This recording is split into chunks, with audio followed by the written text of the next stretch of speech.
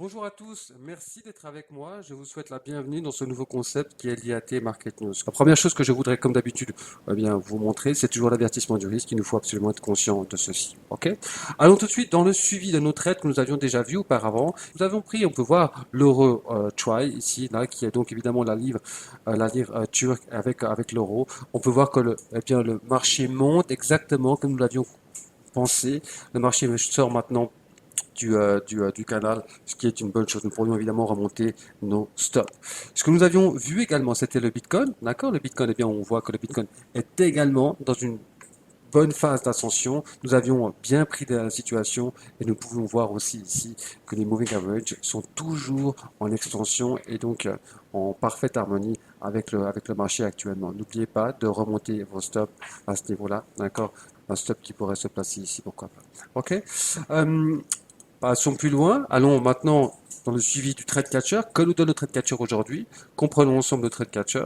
Le trade catcher aujourd'hui nous a donné plusieurs trades. Donc j'en ai choisi deux. Le CAC 40 pour vous en France. Je pense que c'est quelque chose d'assez intéressant. Et le restock que nous avons ici. Ok.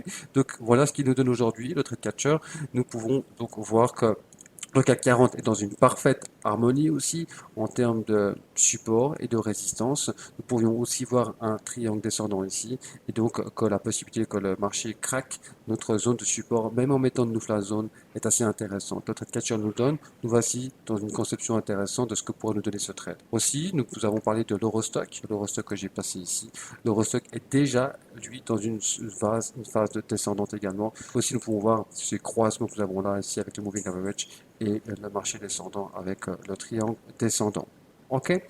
Dernière chose que je voulais voir aussi avec vous, c'est toujours les annonces du jour. Les annonces du jour sont assez importantes. Vous pouvez voir ici que, eh bien, il y a non seulement Caterpillar qui va annoncer, qui va faire ses annonces tout à l'heure, Novartis l'a fait aujourd'hui également, ou BP. Donc soyez attentifs à ce qui va se passer.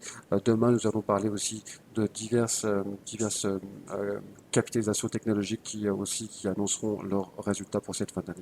Merci d'avoir été avec moi aujourd'hui. Nous allons faire cela, évidemment, comme je l'ai dit, tous les jours, de manière à ce que nous puissions vous aider, être au plus proche de vous chaque jour. Merci, bonne journée à tous. Au revoir.